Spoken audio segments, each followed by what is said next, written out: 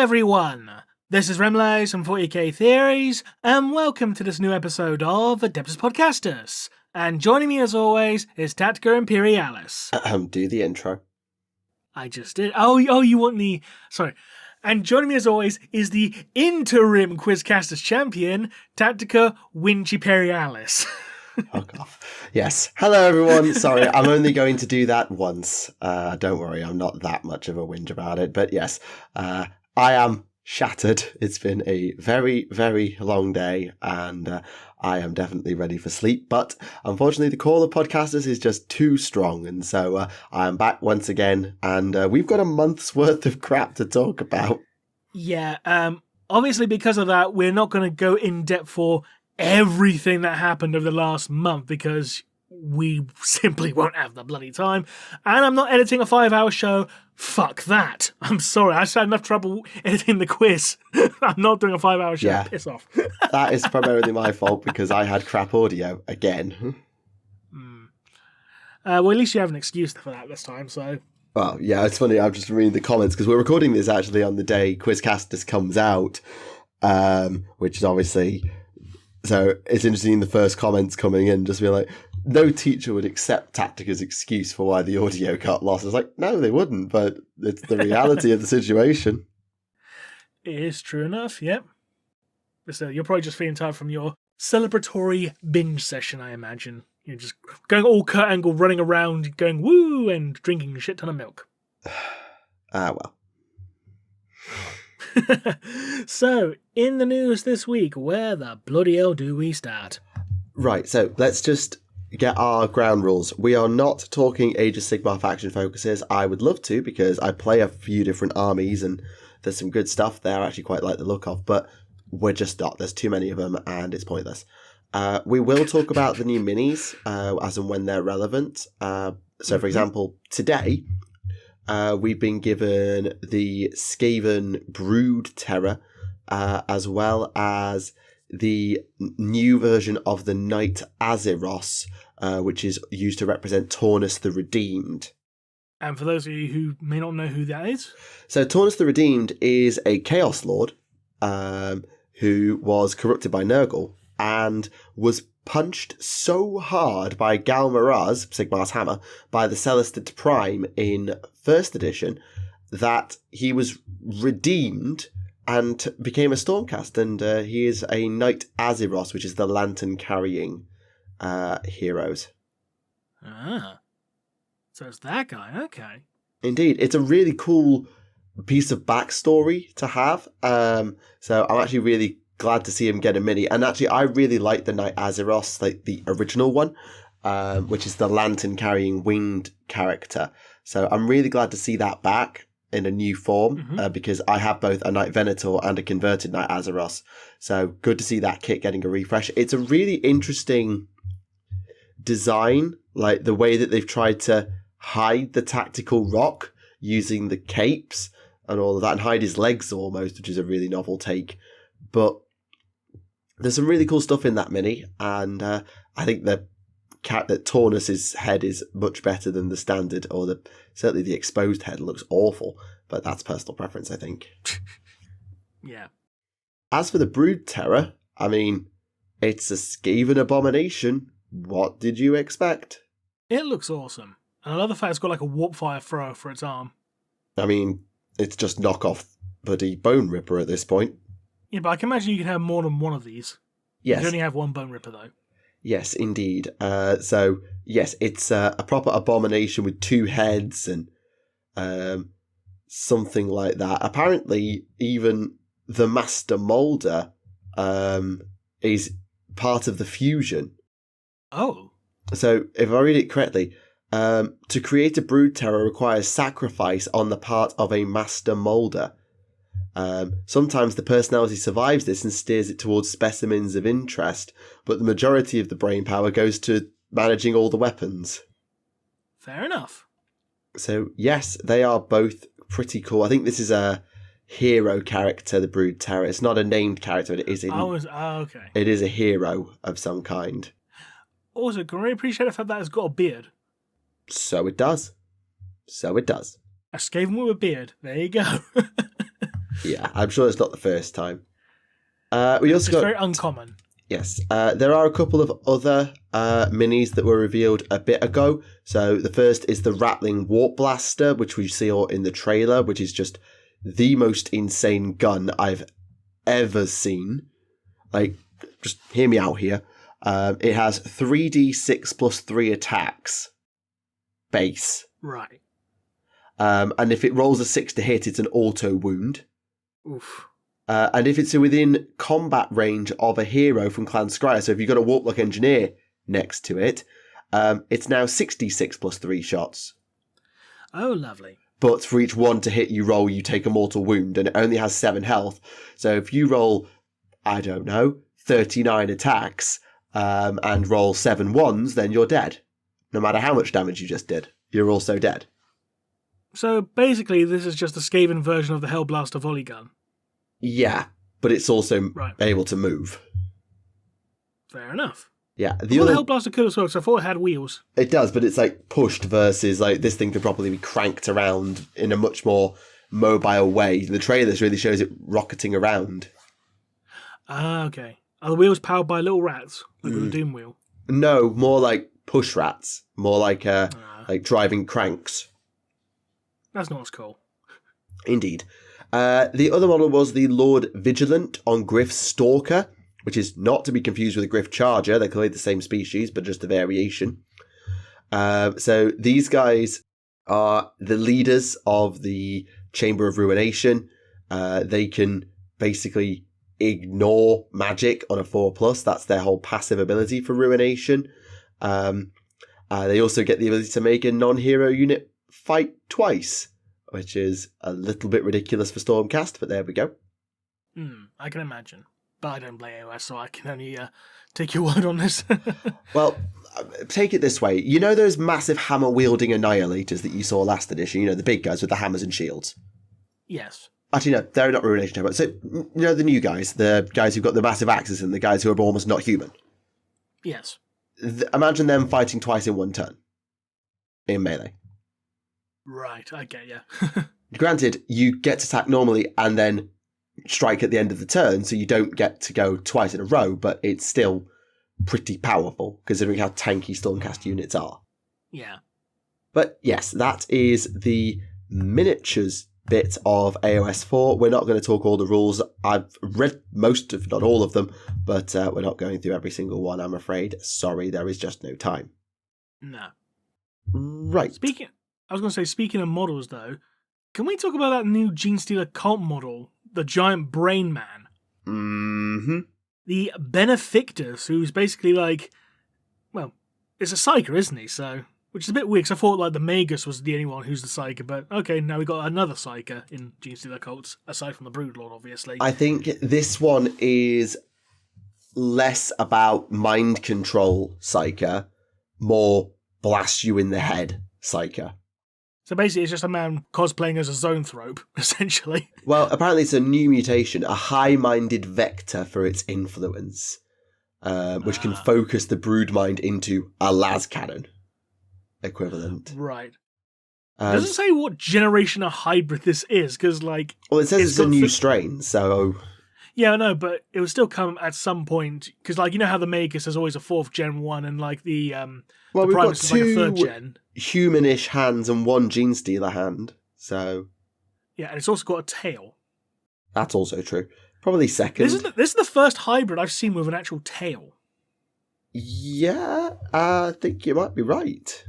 With a possible exception of Abominants.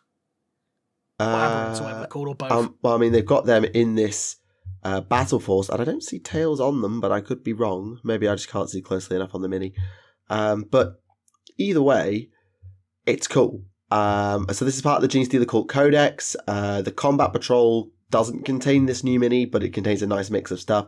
It does come, however, in the Biosantic Brood Surge Battle Force box, if that so interests you. Granted, this is from like the 18th of May. This is a month ago, so this is nothing new to any of you, but at least we get to react to it. And while we're here, alongside the Genestealer Cults, they revealed a new Jump Pack Canoness to go with the new Sisters of Battle Codex. They did indeed, and This is probably going to be a very controversial opinion of me, but I don't like jump canonesses. I just don't like them. I find it... On design grounds or on moral grounds? Kind of both. Don't get me wrong. I can see why people would like these models. Don't get me wrong. They're very well sculpted, even with their tactical, window arches and all that, with the fleur-de-lis and all that. But yeah, I just don't like them. That's fair. You're entitled to your opinion. I mean, they're not that special. I know someone in the comments is going to say that, oh, I'm wrong, but again, if you like them, fine. That's up to you, but I just don't like but you them. look at them next to the Seraphim and Zephyrim, and they don't really stick out, at all. No.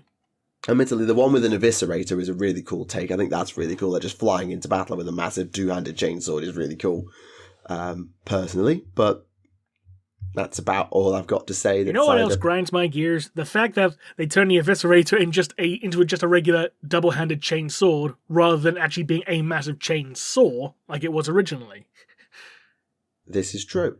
But it isn't actually the only Sisters of Battle miniature we've got. This is something we did mention on Quizcastus. They have done a new Celestian Sacrosanct character model. As a tie-in with the new novel Demon Breaker by Jude Reed. But it's a very, very interesting take because the sword's on fire in the shape of a fleur-de-lis, and she's got I assume that's a flamer? Is that a flamer? It looks like a hand flamer, yeah. Yeah, behind the shield. So it's a really cool mini. I think it's not over-designed, it's just one of those of this is just a random Celestian Sacrosanct. This should be a much more cool and high-ranking character than this, given the intricacy of the design. Again, another controversial opinion, I think the flaming fleur-de-lis is kind of dumb, but the artwork looks great. But sorry? The art looks great. And the artwork looks great, but on the model it's it's like, you tried. Yeah, because it looks like a bloody fire demon. There's a fire demon in it, almost. Don't get me wrong. I love the fact that the hilt of the sword actually has a little incinerator unit attached to it. I love that. Oh yeah, that's clever. And I love the fact she can just set the sword on fire whenever she goes to cut people up. But having it in a perpetual flaming fleur-de-lis on the model is like, come on guys, that's a little silly. Apparently, the bloody sword is the sacred sword of the patron saint of the Order of the Sacred Rose. It's not just a random sword. That's a bloody Imperial Saint's sword. Who is the patron saint of the Order of the Sacred Rose? Saint Arabella. Unless that's a new character, I don't know. Arabella. Hang on, 2 seconds. Oh, she was part of those six sisters with Alicia Dominica, and she was the last one who died, I think. Or the last one who vanished, or whatever. She was the last survivor. Yeah, she disappeared in the 36th millennium. Her fate remains unknown. Ooh. And that bit of information was from a Dark Heresy RPG of all bloody things. Who would have thought? So yes, she is one of the original companions of Alicia Dominica. And we completely forgot who she was. That's slightly awkward. In fairness, when you mention the companions of Alicia Dominica, pretty much everyone just goes Alicia Dominica and Saint Catherine. I challenge anyone to name the others. Yeah, I mean, I've just Googled the article, so it would be cheating if I tried. But yeah, aside from the very silly flaming fleur-de-lis, the rest of them all looks absolutely lovely. I really like it. Indeed. So part of me's wondering now, when are we going to get a Canoness Sephano mini? That's a spicy take. I mean, come on, the Canoness Errant, who's worked alongside not just Castellan Crowe, but also a young Commissar Yarrick back in the day as well. Oh yeah, it's a great idea, but it's definitely a spicy take. And the one who put her entire order to the flame, because the entire order was corrupt and she wasn't. It's nah, kill them all, fuck them. Yeah. She deserves a midi. Speaking of put them all to the flame and Gene Stealer, since we're referencing back, yes. I think Necromunda needs some time to be talked about because there's a lot here. Oh yes, I heard about that. Bits and pieces, but I've lost the bloody article. because there's so much. I gotcha. There's so much shit on the website. Like, I gotcha. Calm your beans, Ram. Here you go. Sorry, calm my beans. What? I'm not going to say it's either chill your beans or calm your tits, and neither of these seemed appropriate. So I tied the two together. Moving on. Yes. Firstly, we're getting new Spire Hunters. Hooray! They look kind of shit. I'm sorry. I'm not happy today. Why is that? I don't know. I don't know. You are being really salty. I am really salty, but like these new, like the new Horus, for example, the ones you see with the Caryatid. Like, firstly, the Caryatid itself, the Caryatid looks great. It looks just like, as much as like a flying baby it should. It looks great. But like the Horus, they look way too spindly, way too fragile. Considering like the Horus is meant to be this massive, bulky, huge exosuit, meant to be able to, punch through a wall and that kind of thing. Take your point. I mean, to me, they look really cool, but then I'm not as established in Necromunda lore, so the lack of bulk didn't really bother me in the same way as I assume it seems to bother you. I mean, if you look at the artwork, they clearly know how bulky they are. Look at them next to all the Van Saar. Oh, yeah. They look huge. Oh, yeah, I'm not disputing that. I'm just saying that the actual models themselves look a bit too spindly, too thin, when they should be these massive hulking brutes like, what best way to describe them as? Oh, God. Let me see if I can find an old Horus model in comparison. Okay. Yeah, obviously, while you do that, the other miniatures containing this, which is Hive Secundus. So this is a hive that got infected by gene stealers, got nuked from orbit by graviton missiles eventually, and has become sort of a hunting ground for youngsters to go on a hunt, because apparently that's things they do. You've got a bunch of Van Saar tech hunters, including guys with flamers and ejector units and various rifles, which is pretty cool. I like the Van Saar tech hunters. And then you've also got mal-strain gene stealers, so not pure gene stealers. These guys have been warped by the effects of the graviton missiles. Oh, and all I love these new gene stealers. They remind me very much like as if they got like cordyceps fungus. I know what you mean. Yeah, the parasitic one that makes you a zombie, right? Yeah. Yeah, I love how these new gene stealers look. These new gene stealers are fucking awesome. I love them. But yeah, what do you think of the Van Saar? The Van Saar look good, because the Van Saar models have always been some of my favourite in Necromunda period. I love how the new editions made them very pulp sci-fi in a way, in terms of their design. But going back to my Horus comments, I found the original models. Now, obviously, because these are really, really old models from like 1993, they're going to look very derpy in comparison, but I think they convey the sense of bulk a lot better.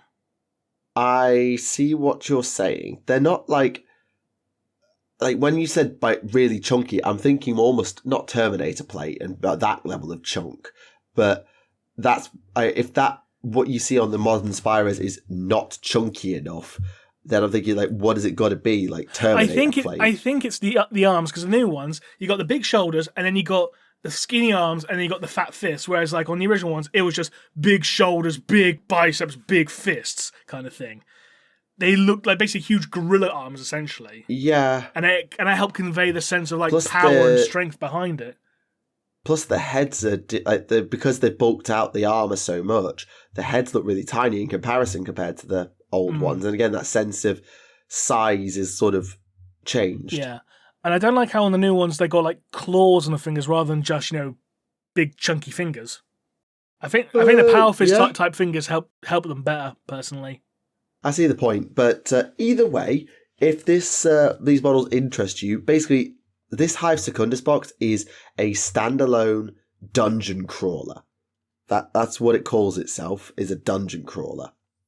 Oh, so a bit like Which Warhammer is always a nice place to... So a bit like Warhammer Quest in a way. Yeah, kind of. You've got a Zone Necromunda, Zone Mortalis style board for an Underhive, and the idea that the Spires are just going for murder, the Van Saars are going for tech, and all of that. You've got different paper mats, rulebooks, barricades, yada yada. But they've also in the more recent weeks, also shown off a new set of sentry guns and turrets that are present in Hive Secundus, because apparently you could just bring in sentry guns. Yeah. As well as a bunch of other terrain. So they brought out a bunch of really run-down, dilapidated terrain. Yeah. To go with it as well. So lots of cool stuff there. I really like this new ruined Zone Mortalis terrain. I think that looks so cool. It does, yeah. That's a lot of hard work for a converter, but they've really done a good job. Oh, very quickly going back to the Horus thing, very briefly. You may be able to convey what I mean better with the official artwork. I think that conveys it a lot better than the actual model does. Yes, I agree. Definitely that artwork looks a lot chunkier, even than the modern artwork, which looks very good, to be clear. But I know what you're saying, and that does make it very clear. Yeah. Okay, I'll shout about the Horus now. Fair enough. Right.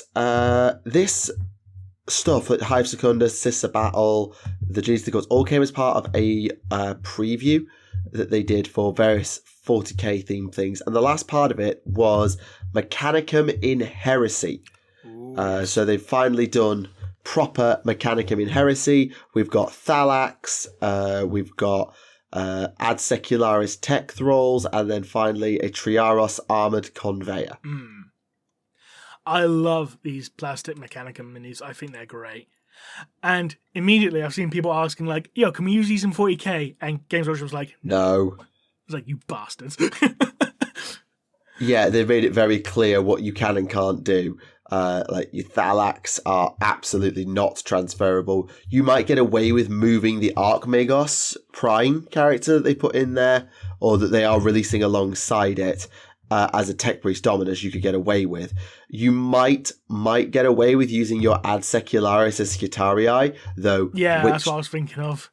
But like the weapons are completely different, really. Just say count as. I mean, yeah, they are count as for Skitarii Rangers or Vanguard, I guess. But yeah, they are terrifying as a concept.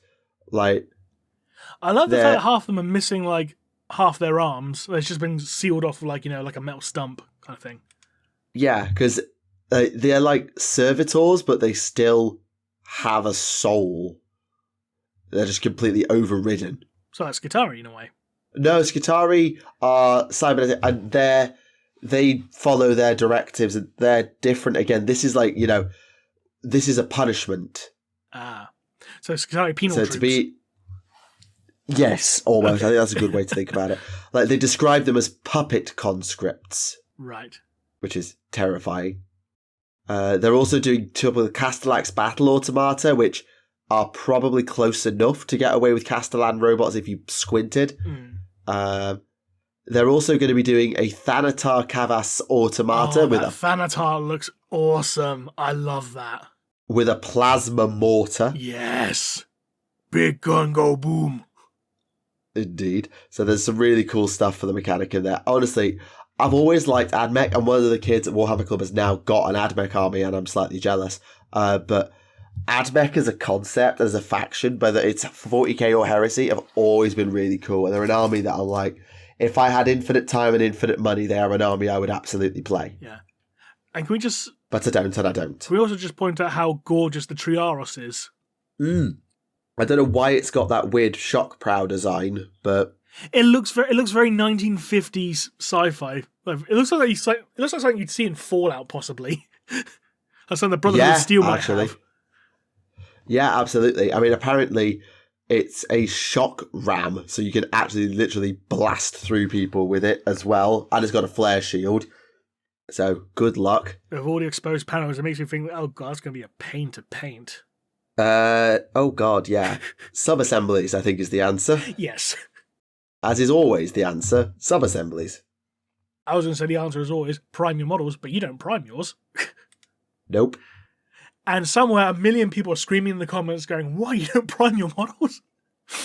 Yeah, alright, get off my case. But the last thing that is worth talking about, so we're going back a couple of weeks here, is the Skulls Video Game Festival. We are going to be here a while. There's a lot of stuff that has been revealed. So, firstly, Mechanicus 2. but you can actually play Necrons now instead of just against them. Ooh. Where's the bloody article, for fuck's sake? I found it, never mind. I found it. All I found was the old one saying, like, oh yeah, Skulls this weekend. It's like, where's the rest of it? But yes, Mechanicus too. Yes, you can play as either Admech or Necrons, which is a nice change of pace, but it's still only like wish list. It's only just been announced. Moving on. Talisman's back with a 5th edition adaptation video game. And it's also getting a tabletop expansion as well. Is it? Yeah, it was shown on Twitter. Oh yeah, Talisman 5th edition. That's what they're referring to in the article about the video game as well. So the two are tied together with the same rules. So, and it is me saying, like, when are you going to re-release the Timescape expansion, you bastards? Timescape also being the Talisman expansion, which allowed you to play as a Space Marine and as Chainsaw Warrior. It was like a massive crossover of all of Games Workshop's properties at the time. Bloody hell. Yeah. Even had Indiana Jones in it. Well, sorry, it was just an archaeologist, but it was the model had, like, you know, the hat, the coat, the whip. It was Indiana Jones. Right. Then we go on to... sorry, I feel like I'm rushing, but this article is so long. Yeah, it is. Space Marine 2's multiplayer modes have been revealed. Mm-hmm. So, campaign can be played in 3-player co-op. I assume online, not couch. Yes, unfortunately. The Operations PvE mode, which is sort of taking the place of the old Exterminatus mode, which was hella fun. Mm-hmm. Hella hard, but hella fun. And then 6v6 Marines versus Chaos Eternal War modes as well. They have changed things around a bit, though. You now get to play with snipers and warriors with shields, as well as the jump back options and all of that. So plenty of options there, and all the customization. Hopefully keep that in, because that was one of the best things about Space Marine 1. I feel they missed a massive, obvious opportunity for multiplayer mode. You can play Space Marines, Chaos, or NIDS, considering NIDS are the main focus of the game. But how do you balance PvP between Marines and NIDS? Different classes for different bioforms, obviously. Give like different weapons, like, you know, with warriors, or like maybe have like instead of like, you know, an assault marine, for example, you just have a gene stealer, for instance. Devastator could be like a NID warrior with like a death spitter or a venom cannon, you know, that sort of thing. Yeah, I think in terms of game balance, though, like, it's obviously you've got health, you've got hitboxes, weapon damage, all that. I think it's easier to balance if they're both Marines, at least. I mean, come on, guys. If Alien versus Predator could do that with Marines, Predators, and Aliens, you know, back in like 1999, there's no excuse for 2024. Yeah, but Marines, Predators, and Aliens, it was asymmetrical as well. Like, if I recall correctly, like, wasn't it like there was one alien or two aliens or something? No. Was it not? No. Oh, maybe I'm thinking of that bloody... Oh, God, what was it called? It's the one that Angry Joe ranted about the guns being fucking blue. Was it Evolve? I don't watch Angry Joe. Sorry? I think it was called Evolve. Evolve, yeah, that's the one. Yeah, Evolve, yeah. Yeah, oh, God. Yeah. Something asymmetrical could be pretty cool. Maybe, but again, if Alien vs Predator could balance it with, you know, 3 different, very, very different, you know, classes, very different races, factions, whatever you want to call them, in 1999, there's no excuse for not being able to do so, you know, 25 years later. There's no excuse, True. In my opinion. That's just me. Anyway, moving on. They're also doing a Space Marine VR. Oh, that could be interesting. It's and I quote, a Space Marine VR location-based experience called Defenders of Avarax. So it's actually not a console like Oculus Rift game. So it's like it's like with the escape room. Yeah, so it's by a company called Zero Latency. Oh. Who are getting involved with all of that. There's also an Ultramarines gaming chair, apparently. Oh, God. And Xbox Design Labs have created a Space Marine and Tyranid-themed Xbox controller. The NID Xbox controller is the laziest fucking thing I've seen. It's literally just white with purple buttons. That's so fucking lazy. I know. That looks like a generic regular Xbox 360 controller. Yeah, they're also putting the soundtrack on vinyl for you old people. Okay. Why'd you say that to me? Because you're old. Yeah, but I don't have a vinyl player. No, fine. Also, Boltgun is getting a Forges of Corruption DLC, which includes new levels, enemies, weapons, and a Horde mode, which releases next week on the 18th of June. We can see missile launchers, we can see Chaos Terminators, Close combat Chaos Terminators, should point out. Indeed. It also had Havocs as weapons, as enemies as well, and a multi-melter, if I recall, as well. Oh yeah, that does look like that's a multi-melter. Ouch.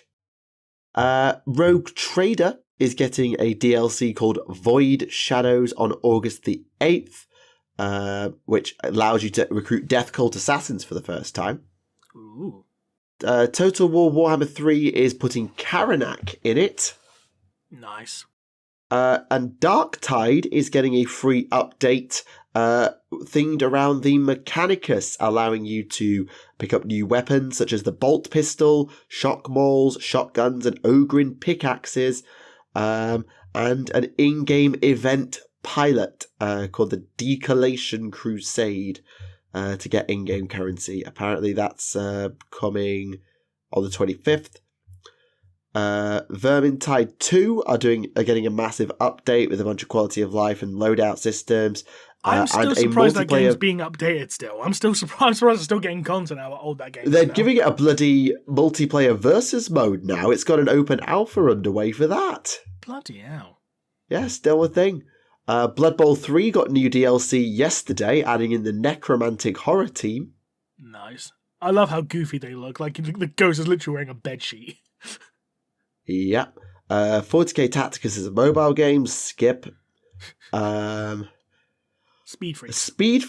Speed Freaks has actually finished its beta, which is the racing game, where apparently it's got a thing called Kill Convoy, where you've got to escort a stomper to the finish line. Okay, sure. They're two of the card games. Skip. Legions and Warpforge, for those wondering. Indeed, skip. Inquisitor Martyr is getting a new Hierophant class in October. And World of Tanks is getting some Rogal Dawns. Okay, yeah, sure.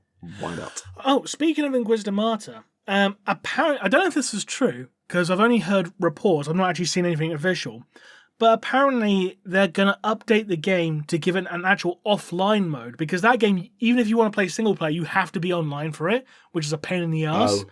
Oh. So if they're actually going to patch in an offline mode, great, that'll actually improve the game by leaps and bounds, because for a single player game, you should never have to be online for a single player game unless you're actually playing online with people. Indeed, and it will also increase the game's longevity because it isn't reliant on servers that could be taken down at a minute's notice. Exactly. Fuck live servers games, ladies and gentlemen. Speaking of DLC, Horus Heresy got some DLC for the Blood Angels. You can now have Sanguinary Guard. Oh, good. And my world has truly been turned upside down. And the funny thing is, from the article, they're going out of their way to show, like, no, you can't just use the 40k Sanguinary Guard models, you have to convert your own. Fuck you. Fuck you in particular. Buy all our playsets and toys. Indeed. Did you get to talk about Emperor's Children when they're index? We mentioned it very briefly, but I don't think we actually saw what's in the actual index itself. From what I hear, though, it's just like three things. Lucius, the Noise Marine, and... That's it. Oh, it's just two things, is it? Indeed. Hey, can you even buy Lucius anymore? I thought he might have been discontinued. Well, don't know. Maybe I don't know. So in terms of how it works, you must have Lucius as your warlord. Lucius and Noise Marines become Heretic Astartes. You can put any other Chaos Marines in you want, allowing you to still use Dark Pact, which is their ability. However, you must give all units the Mark of Slaanesh. Right.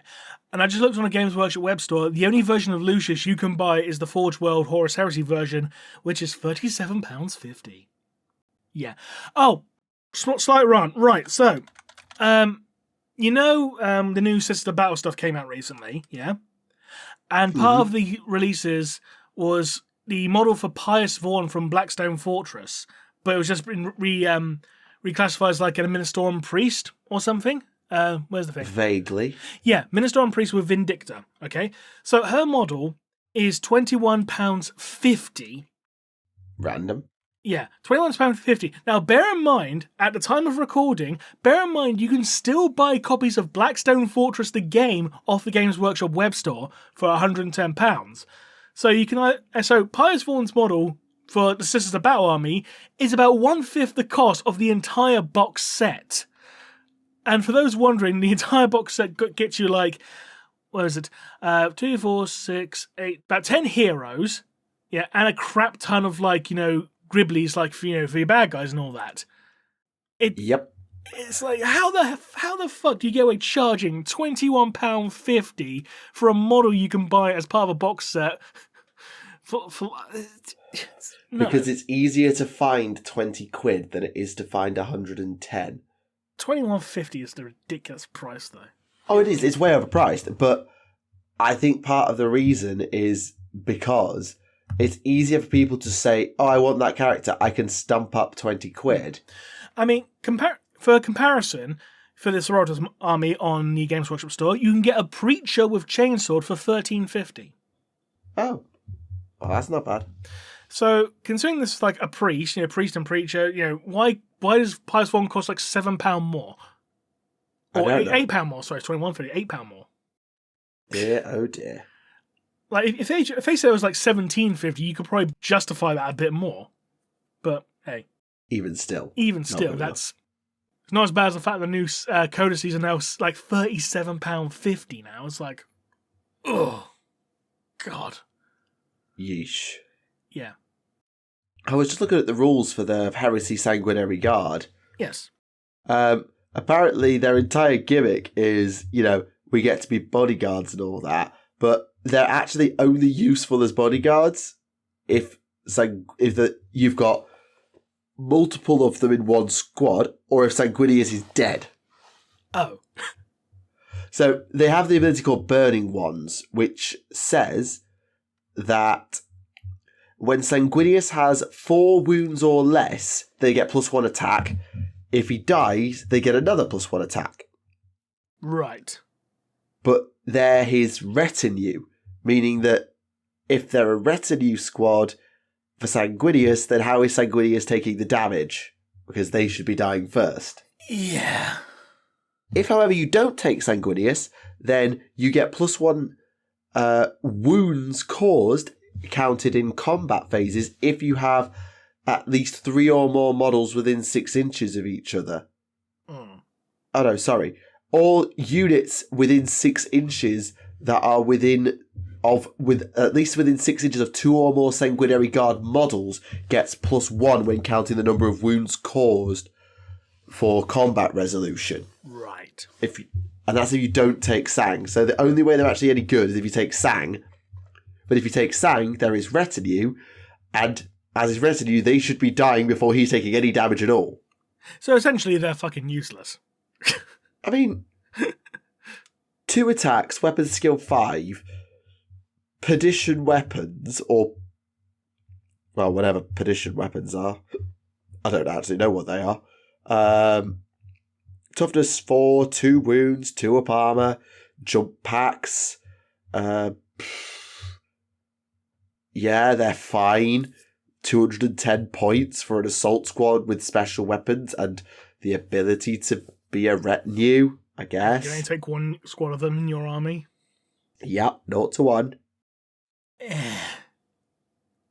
Blood Angels Horus Heresy players, leave your thoughts down below. Let's see what you think. Yeah, because they seem like crap. Yeah, they seem useless. Sorry, they seem like utter crap. Mm.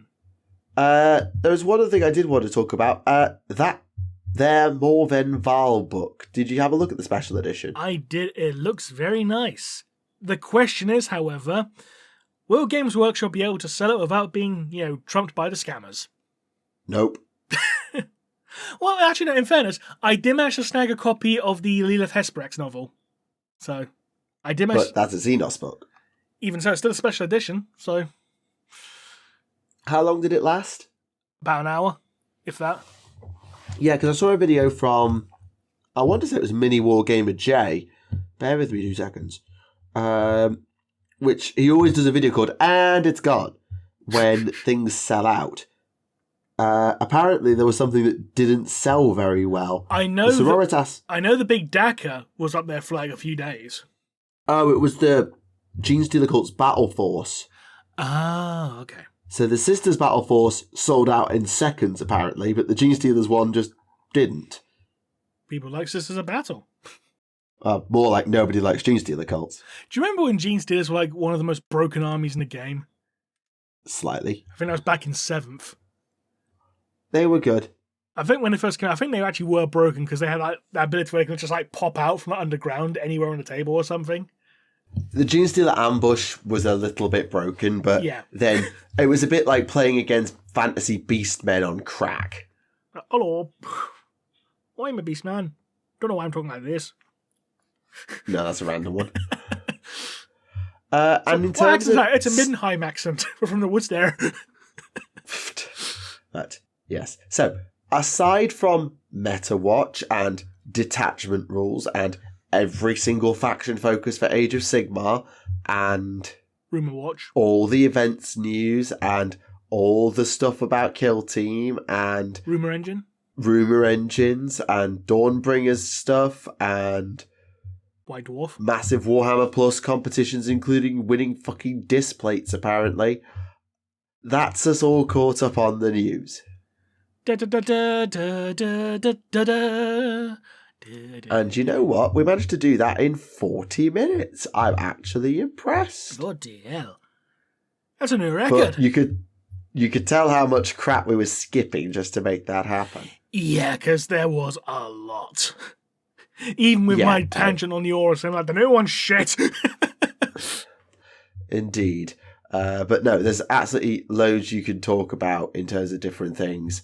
I particularly have been reading up on the Daughters of Cain and the Idoneth Deepkin to see how they play, and the fact that I'm really kind of sad I saw my bloody Lumineth now because they look really cool in the new edition, but I never played a game with them before, so it doesn't matter. Same with my Slanesh stuff. Their faction focus came out today, but I've sold it now, so what do you fucking do? Never mind. It's fine. But to be fair, it's not. Oh, Temptation Dice. Temptation Dice? Oh. I remember you talking about this ages ago. So they've made it a faction ability now, where for each unit, you can give a unit a buff. While it has this buff, they get exploding sixes and run and charge. But you also get to give your opponent a dice. And if they use the temptation, they can turn one of their rolls into a 6 whenever they want. Yeah, I remember this, yeah. But if they do so, then you have a 33% chance of taking D3 mortal wounds. So it's like, hey, I'm going to give my army like exploding sixes all over the place, but you can have them free 6 up to 3 times this turn if you don't mind risking some mortal wounds. Damn. Which is cool. So yeah, lots of stuff going on in there. So yeah, I think Sigmar's in a really interesting spot. I'm looking forward to playing it. And something I've actually really come round to, now I can just go back into podcast chit-chat mode. I've literally spun my chair 90 degrees and I've just leaned back chatting, is bloody Crusade. I can't believe it's taken me this fucking long, but I'm actually thinking I'm going to do Crusade. Oh yeah, well, for the Warhammer Club thing. Yeah, because now they've done Combat Patrol properly. I mean, properly in the codices and all that. I'm thinking what we'll do as a sort of teaching mechanism to help get people into playing 40k is rather than, here's a giant pile of units, find the cards, go play, is you're going to play Combat Patrol because there's like 4 units you need to learn. And there's 1 detachment ability, there's 1 faction ability, there's 1 relic, 2 stratagems that you need to learn.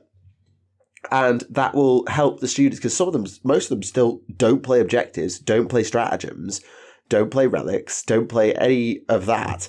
We play Oath of Moment for the Space Marine players, and I play my Marker Lights rules and all that, but we don't properly utilise enhancements and all that stuff properly. So I think that's a really good way to get the kids playing it properly. And then what we'll do is I'll play my Combat Patrol Town, which is the Enforcer, the Breaches and all that. That's my starting point. But then once we've done that for several weeks, I'll just be running my own Crusade in the background. Yeah. And then as the kids get better, it's like, okay, you've played that, so we're going to keep these abilities, but now we're going to add this unit. Or now we're going to add a few more enhancements you can take. So instead of this one, you can now have this one or this one instead. And you can start picking up and building an army, and I'll just use the rest of my Crusade roster and carry on a Crusade in the background. And I think a lot of us seniors, the staff, the sixth formers and the like, are probably going to do that to sort of give us something to do in the background and give our armies a little bit more meaning than just whatever we grab out of a box. Yeah. But I've actually been through and properly read the Crusade rules for the first time and to draft my roster and all of that. And actually, it's not that complicated. Like, I honestly thought it was way more complicated than it is, and it isn't. Like, you've got to keep track of all your XP and your damage and all that. So I'm probably going to need to print off a crap ton of card data sheets and all of that to keep track of everything. But with that all said, it's not that much to keep track of. And under the Tau system, which is the Crusade army I'd play, their whole gimmick is just, hey, you're going to conquer a star system either diplomatically or militarily. So you've got secret objectives that you have to achieve through the game. You do that, you get points. You win games, you get points. You use that to take over planets. And you get to randomly generate a star system and all the planets in it and what temperament that system is and what you'll need to take it over. And then when you conquer it, you get to choose which planet becomes your hub world for supply lines. And then you go on and set up a new one. And it's a bit like a almost dungeon crawl campaign. Mm. So yeah, I'm actually going to try Crusade out properly for the first time. And that's something I don't normally do. Plus, it's also the only place to get the Donkey Punch. So. Excuse me? The Onager Gauntlet. Oh, right. Yeah, sorry.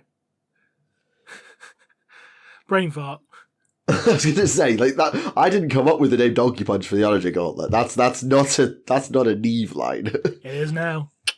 No, it goes way before me. I just think I know. For those wondering why it's called a donkey punch, it's because an onager is a type of donkey species, well, an Asiatic ass specifically. But yes. But yes, it's a strength 14 with 3 attacks, and it's like, I want this in my life a lot. So yes, please. And for those of you who are still confused, it's a Tau Power Fist. It's a super power fist for Tau, for battle suits, yeah. It's a power fist. Because, you have an umlaut over the O. It's a power fist. Indeed. Like, Tau have a grand total of 3 melee weapons in their entire history that don't belong to Ethereals. They are the Dawnblade, the Onager Gauntlet, and the Fusion Blades. The Fusion Blades are gone. I'm salty as fuck. But at least the Onager Gauntlet's still a thing. We just need a model for Shas Lakai so he can use his pulse rifle in close combat to club someone over the head with. Because he canonically did that to a Lord of Change. He beat the ever-loving shit out of a Lord of Change with the butt of his gun. Rem? Yes. I just glanced at Warhammer Plus's article this week, and I know that's dangerous. Oh, God. And it talks about something called the Inductii system of the Legions Astartes. Right. And I had never heard that word until today. So the Inductii was basically, you know how like during the course of the Heresy, the Legions were basically getting as many Space Marines made as quickly as possible to try and replenish their numbers from what they're taking. The Inductii were basically those, mass-produced, really quickly made Space Marines, essentially. So is that referring to things like the Raptors of the Raven Guard? Kind of. It's more like... It's because of the Inductii, it actually gives us a canonical explanation as to why the Imperial Fists are lacking the Betches Clan Susa Membre, because the Imperial Fists are like, now we don't need them, fuck it, just put these ones in, get them out quicker. Oh. That's literally the reason why I don't have those Algans anymore. Oh, we always thought it was just genetic mutation, but there we go. Yeah. But yes, apparently it's just literally just because, now we don't fucking need it anymore. Well, yeah, that was the Lawmasters episode on Warhammer Plus this week, so I actually learned something. It's just a shame that the delivery model is fucking dog shit. Because I was delivered with the same level of quality as my videos. If you're curious, I think Oculus actually did a video on them, a year or so ago, I think. Okay, I probably missed it because I was busy. Fair enough. That's fair enough. But yeah, he doesn't charge you to watch his videos, so... Nope, absolutely, and he edits them better. To be honest, I think everyone edits their videos better than Lawmasters. I don't, but they're... Even I do, and mine are shit. Yeah. Oh, did you see the other Necromunda Spyros, by the way? I love that combination. Yeah. I was ready to say yeah, no, but then I got distracted by the fact they've rebrought all the classic Spirers back. Sorry. So say again, they rebrought the classic Spirers. What, the old models? Yeah, the Jakara, the Malkadon, and the Yeld.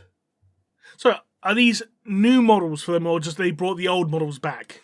Their looks have evolved, and they function the same as in 1996. So yeah, I think they're all So new. new models, right? Yeah, have you seen them? I don't think so. Let's have a look. See. Right. I can tell the top left is the Malkadon straight away because of the claws. Wings for the Yeld. I like how the Malkadon looks. My main problem with these is the fact they all got the same colour scheme, so it's like really hard to tell like the Malkadon apart from the Jakara, for instance. That's really hard from a casual. Jakara's got 2 claws. No, Malkadon's got 2 claws. Sorry. You know, but like when you just see claws, and one of the Jakara's got claws as well. Like from just a casual glance, you may think, "Oh, is that Malkadon? No, it's Jakara." Yeah, I take your point. Yeah, but that first Malkadon, that's really nice, and that actually does properly encapsulate it as well, because the old one did have the really big claws. So I really like that one. The Yeld looks cool. The Yeld looks cool. I quite like that one. It looks good, yeah. I'm not entirely sure how I feel in regards to like how sparse the wings are in comparison, because the other ones were like really, well, it was just like solid mass essentially. So these are like a bit more bat-like rather than bird-like. True. They're almost like knockoff, not Korax wings, but like you can. Yeah, I get what you mean. Yeah. Also, wrist-mounted guns as you do. Oh, as you do. Yeah. It's going full Megatron, his ass. Yeah. But apparently this is all one kit. You get 4 bodies in one kit with interchangeable weapons. Oh, that's really cool. So yeah, it's actually not like these are 4 individual models. It's a single box with 4 bodies and interchangeable loadouts. Okay. That's cool. I like the fact they're actually modular. Okay. Yeah, because you can actually see if you look at the legs, like 2 or 3 of the legs look extremely similar. Yeah. The one with the tactical rock, well, the one leaping off the tactical rock, I should say. There's 2 of those. Yeah, so those are the same legs, it looks like. Very similar, yeah. But yes, apparently you can get 2 activations per turn out of them. Oh, I just noticed. Uh-oh. The Yeld and the 2 Jakaras all have the same legs, but it's like the tactical rock's different. So look, is the tactical rock separate? Is the tactical rock separate because the Malkadon is using a tactical rock and the Yeld is using a tactical rock? So you can actually choose whether to use a tactical rock or not. Maybe. Oh, that's really... it's been a while since we've seen something like that. Because normally it's just part of the rock or nut thing, isn't it? Yeah, I was going to say, like, what have we sunk to if we are praising Games Workshop for variety in tactical rock usage? I was like praising Games Workshop for not fusing the foot to the tactical rock. Like, you just make it so, like, we can glue it at our own discretion kind of thing. Do you want a tactical rock? Here's the option. Yeah, it's ridiculous. What have we sunk to? What have Games Workshop sunk to when they're charging £21.50 for Pious fucking Vaughn? When a preacher with a chainsaw is only 13 quid in comparison? Sort yourselves out, lads. Come on. Indeed. It's quite pathetic. Anyway, I've been doing a lot of my shopping from Goblin Gaming, so you can check out... I'm not sponsored by them, though I probably should be at some point. No, and I probably should have got myself an Element Games code when I was living near them, because I used to shop there all the time, but I didn't. Oh well. Who knows, maybe in future Goblin Gaming will sponsor this podcast. Who knows? Because I know they follow me on Twitter, so it's fine. If this fucking podcast gets sponsored, then how desperate are people? What do you mean? I don't know. Just this is us two chat. Is that shade at me? Is it? No, it's shade at the fact that this podcast is just 2 random YouTubers chatting shit about Warhammer with their mates for 2 hours a fortnight. Isn't that what all Warhammer podcasts are about? I mean, yeah, but there's a reason most of them aren't sponsored. Well, I don't know. I don't watch all of them, so I can't attest to that. Oh, so I understand it anyway. But yeah, I'd be interested to see. Hey, look on the bright side. At least we're not being sponsored by Raid Shadow Legends. Yeah, I mean, to be fair, if a Warhammer YouTuber's reached out, I'm assuming you've had the Raid Shadow Legends email. I've had several. And each time I've told them to fuck off because what they offered me was insultingly low. Well, there you go then. And by insultingly low, I mean double digits. It's like, fuck off. What? Yeah. Like less than 100 quid. It's like, no, I ain't doing that. Piss off. Yeah, there is a point where, you might actually want to take a sponsorship from something pertinent every now and then, and that's fine. I personally won't because this is not a job, it's a hobby, but I mean, let's put this in comparison. When Alpha Beta was still doing TTS, like we talked about this before, I'm sure, and he's mentioned this on Twitter, so I can talk about this because he's made it public anyway, so it's fine. But he was approached by Raid Shadow Legends, and they offered him like 10 grand. Wow.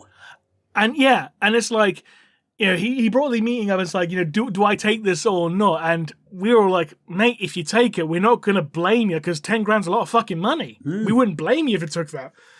But he stuck to his artistic integrity, which I applaud him for, because not many people do that these days. So you know what? That's respectful. You have to admit, it is respectful. Yep. But again, at the same time, if he did take it, I wouldn't blame him because 10 grand, yes, fucking please.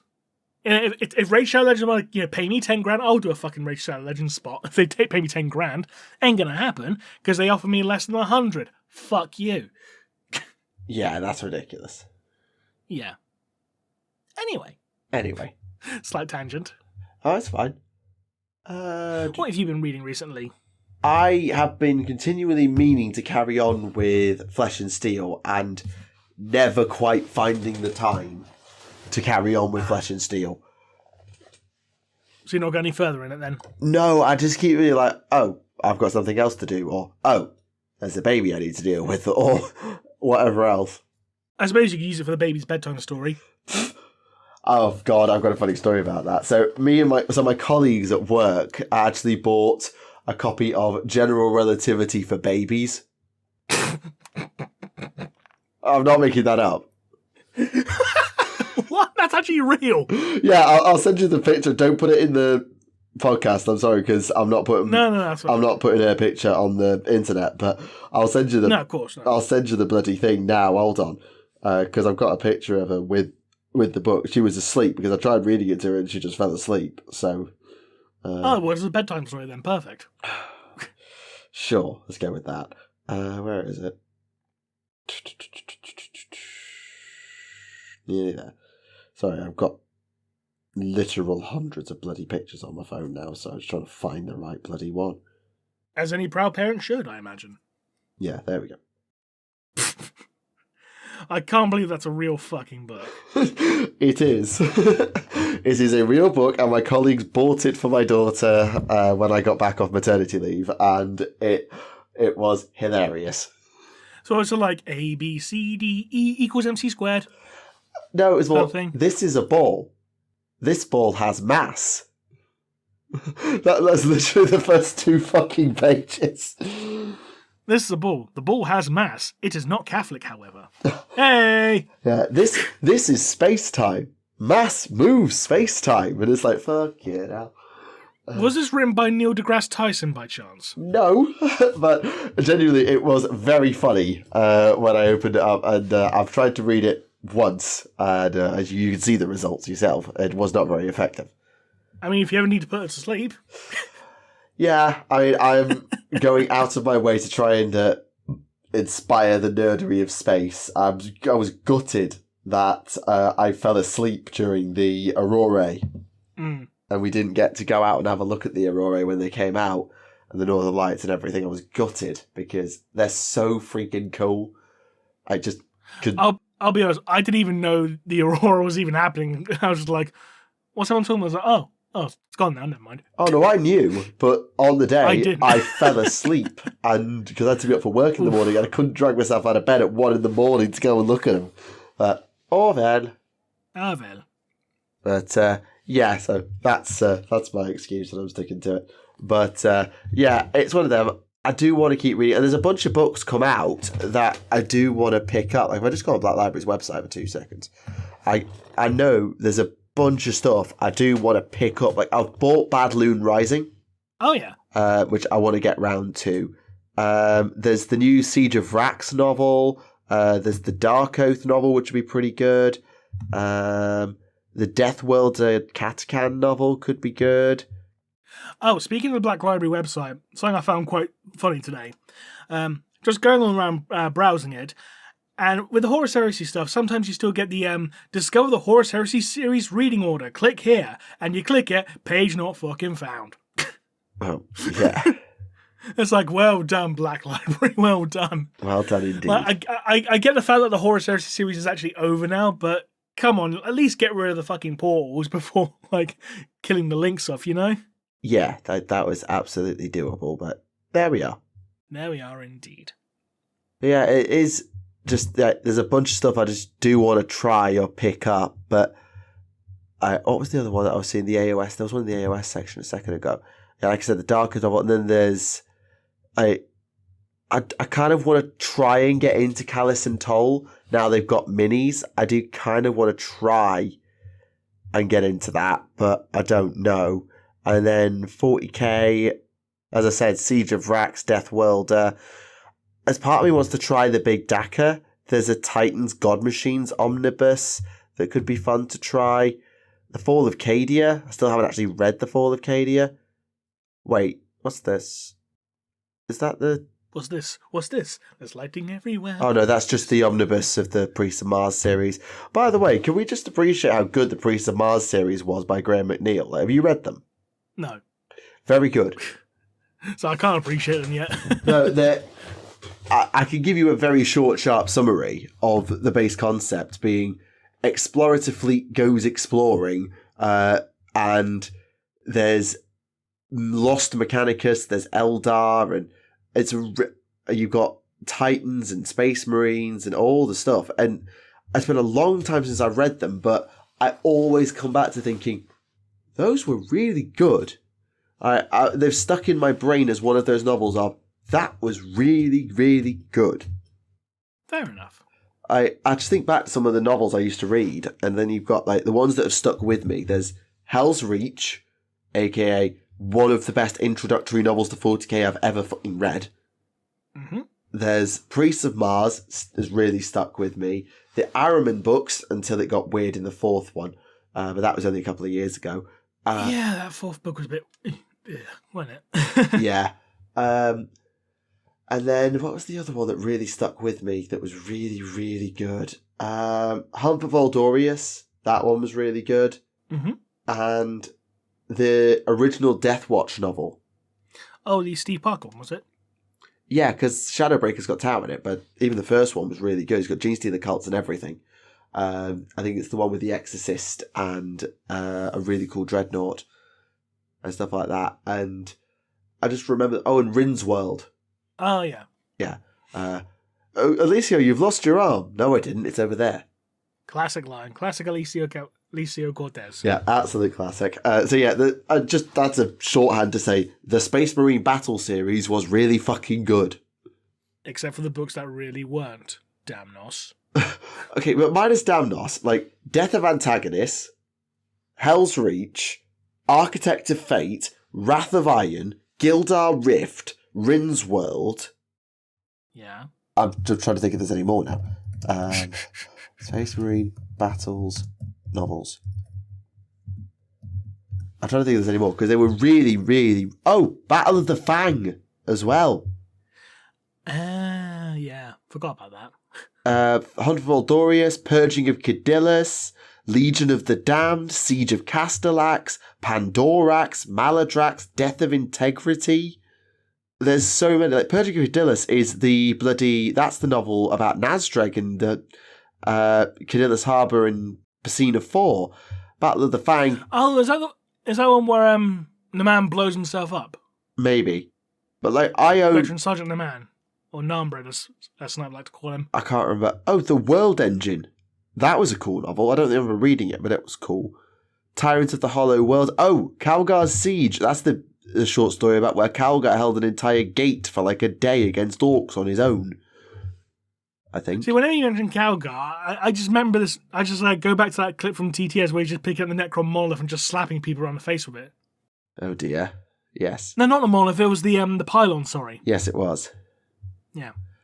Monolith, pylon, it's all indistinguishable Necron bollocks. Yeah. Absolutely. But it's just really impressive how much stuff is in this series. Like, even the Armageddon anthology is in here. And Damocles, all the Damocles stuff. What was it called? What was the original Damocles one called? Oh yeah, Blades of Damocles or Pandorax. Do you remember Pandorax and the absolute bullshit of the Pandorax story where it had one of the original Grey Knights in it? Yep. And then Wrath of Iron, where the Iron Hands were revealed to be utter bastards. Siege of Castellax, the first Chaos-led novel I ever read, and made the Iron Warriors seem like even bigger bastards. Not exactly hard, though. No, but still impressive. What was Death of Integrity?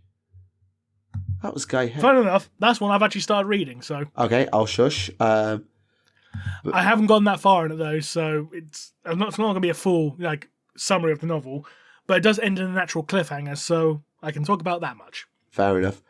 Yeah, that series, it was from 2010 to 2017. Jeez, it went on that long.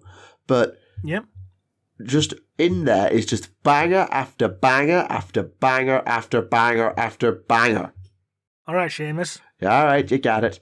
But yeah, I just look at some of those names and I go, holy hell, they were very, very, very, very, very fucking good. Do you remember the Conquest series, the one that Games Workshop gave up on after 5 books? Is that the one that had the Apocalypse book and Devastation of Baal in it? Yeah. The only thing is Devastation of Baal was really fucking good. Yeah, and then when they re-released it for the special edition, they got rid of the Conquest's tagline on it, so it's no longer part of the Conquest line. They've retconned it out of that series. Dear, oh fucking dear. God, how embarrassed do you need to be about a book series? Like when you re-release the best one, they just no, it was never part of that series. It's just Warhammer 40,000. Well, to be honest, it never belonged in that series. It was the third book in the Dante series. Or second book in the Dante series is where it belonged. What was the one they did with the... it wasn't Conquest. Have they done another one? Called Space Marine something. I'm not sure. Oh, apparently there was supposed to be a 6th Conquest book and it never got released. Oh. Interesting. Yeah, apparently it was called Masters of Shadow. Apparently it's supposed to be about Ravengard versus Wordbearers. That's... If that novel had fucking Demon Corax going after Lorgar in it, that would have been brilliant. But it wouldn't. Yeah, yeah, and the reason it got unreleased is because the author left Black Library before it got finished, so... Oh, awkward. Never mind. But yeah, so we've only got Devastation of Baal, Ashes of Prospero, War of Secrets, Honor and Iron, Apocalypse, and Fist of the Imperium. Yeah, I don't remember any of those apart from Devastation of Baal. You remember War of Secrets, surely? Oh, sorry. Yeah, sorry. Brain. You know, because Shasso Kais is in that. Yeah, Shasso Kais. Oh, and Ashes of Prospero, of course. Yeah, where Lucas Trickster was literally Bugs fucking Bunny in it. And that's why it was so... That was so stupid, I'm sorry. It's like I've got your page of your book, haha. Things like, there's nothing written on it. It's like, I never said it was a page of writing. It's like, fucking hell. I know he's going to be a trickster, but not Bugs Bunny. Yeah. Sorry. Fucking Looney Tunes. Sorry, Gav, but nah. Yeah, that was a miss from you, Gav, I'm afraid. It happens. Yeah. No one bats 1,000. No. Oh, apparently there was actually an anthology released last year. Oh, Space Marine Legends. That was the other Space Marine series I was thinking of. Ah. It's the Ragnar Blackmane novel, the Lamartes novel, the Shrike novel, the Cassius novel, and the Azrael novel. Oh God, I just remember because they did a limited edition for the Ragnar Blackmane novel twice, and when they announced the second one, they on Warhammer Community they said for the first time ever released as a limited edition, and I was like, fucking no, you've already released as a limited edition before. I've got it. Just literally, I just replied with a screenshot saying no.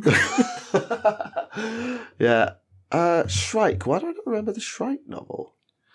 It wasn't that good. The Shrike novel, there's only 3 chapters in the entire book, and it's what's the chapter? How long's this chapter? 75 fucking pages. Piss off. And then Lamartes. I feel like I should know the Lamartes novel. The Lamartes one was boring.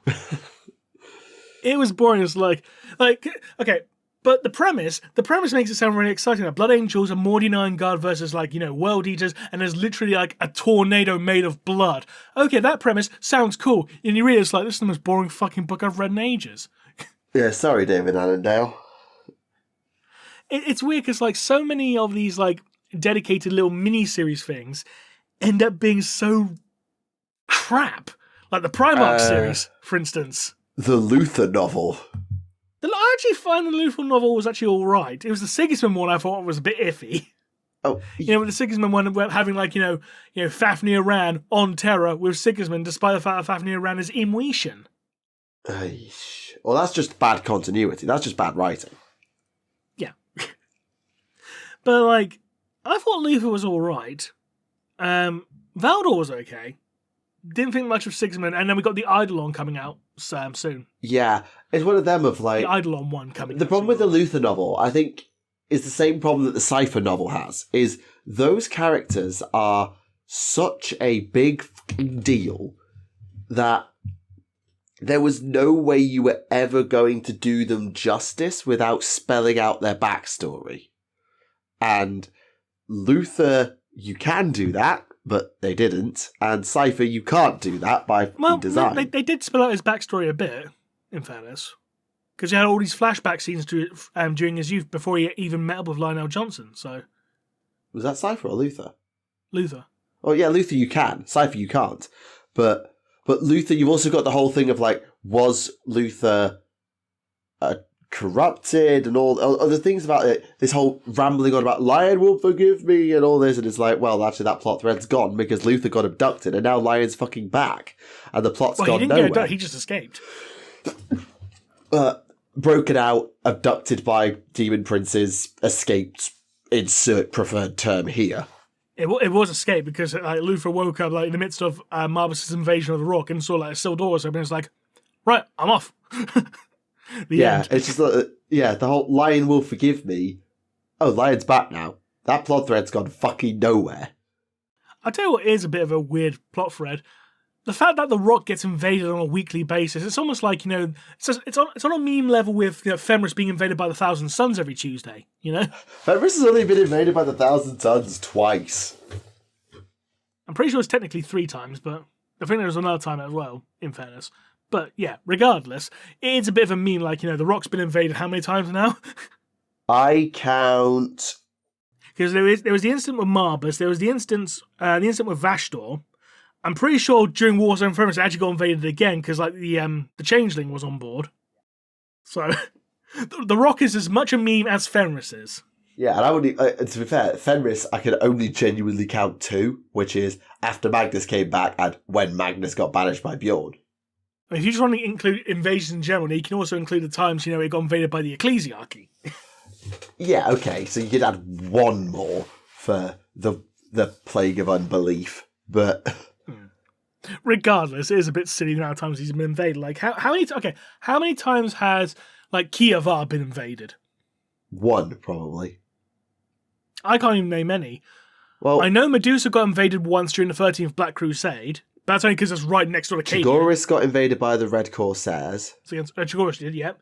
Macragge got invaded during the Plague Wars. And the Tyranids. Yep. And the Heresy. Did Macragge itself get invaded during the Heresy? Maybe not, but it definitely did during... I know Ultramar did. Yeah, sorry, but 13th Black Crusade, Macragge gets invaded because Gilliman gets woken up. Yep. Then there's also the Battle for Macragge in 4th edition, which is Tyranids. And you've got... That's been since 2nd edition, technically. So. And then you've also got Plague Wars. Yes, that's 3. So that's 3 for Macragge, but that's not a meme. No. Actually, funny, I was reading the Crusade book, which is about the Tyrannic War, and do you know what fucking First Captain What's-His-Face said about the Tyranids? He literally went... They smell. Well, no, I forgot his name now. First Captain of the Ultramarines is not Catus Icarus, the other one. Flip. Like St. Telion, isn't it? No, I don't think so. Yeah, wasn't there 2 Captain Tellions? Like one was a scout and one was First Company or something. It was spelled differently. Yeah, Tellion and Talion or something stupid like that. Oh, Agamemnon.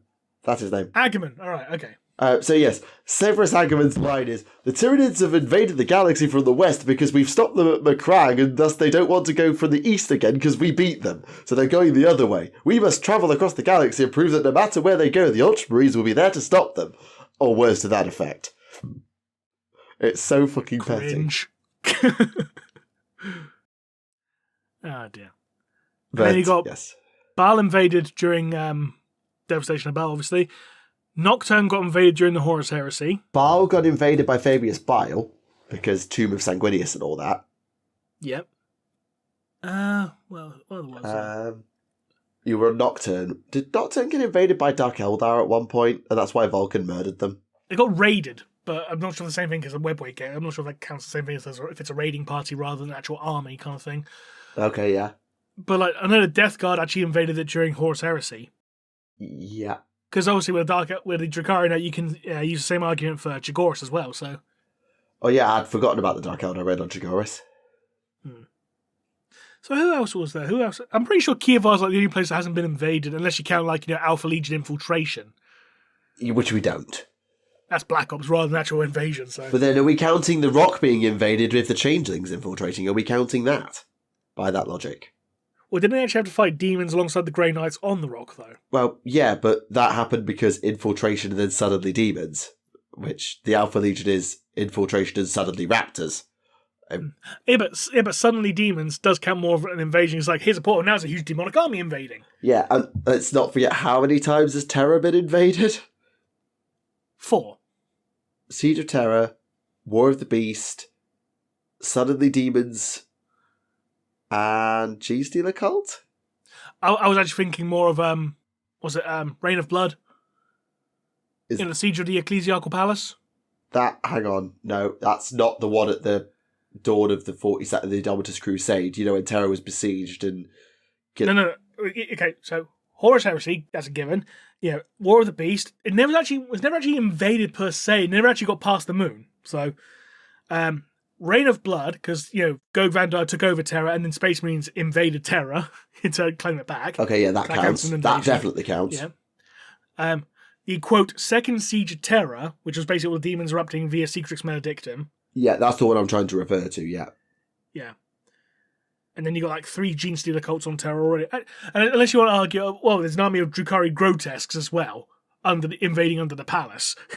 Does that count? I don't know. Yeah, basically, everywhere's being invaded everywhere all at once. Yes. Bloody mess. Because in the grim darkness of the far future, there is only war, or something to that effect. Indeed. But yes, like I said earlier, I had started reading Death for Integrity. I haven't gotten that far through it. But like I said, the part I've gotten to does end in a natural cliffhanger, so I can talk about that, if nothing else. Fair enough. Right, so we start off with the Nova Marines, who are like one of our main character factions in this story. And they've boarded an Eldari Corsair ship. And they've basically gone to track down the Corsair Prince. They reach the bridge and it's like, Foul Xenos, we are here to stop you preying on the local people. And the Corsair Prince is like, you don't have to shout, I'm right here. You crew monkey, you don't have to shout. But anyway, you'll not catch me, haha. He teleports away. And it's like, well, that's most unsporting of him. But the statues beside his throne come to life. It turns out the statues are actually Wraith Guard. And they start shooting at the Nova Marines. One of them gets hit with a Wraith cannon and literally just gets sucked in on himself because it's a miniature black hole. Pop. But at the end of it, they kill all the Wraith Guard, or kill both the Wraith Guard. And it's like, right, we secured the Corsair ship. It's like, right, Captain, what do we do with all these soul stones? Because the Eldari might want them back. We can use them as a bargaining chip. No, smash.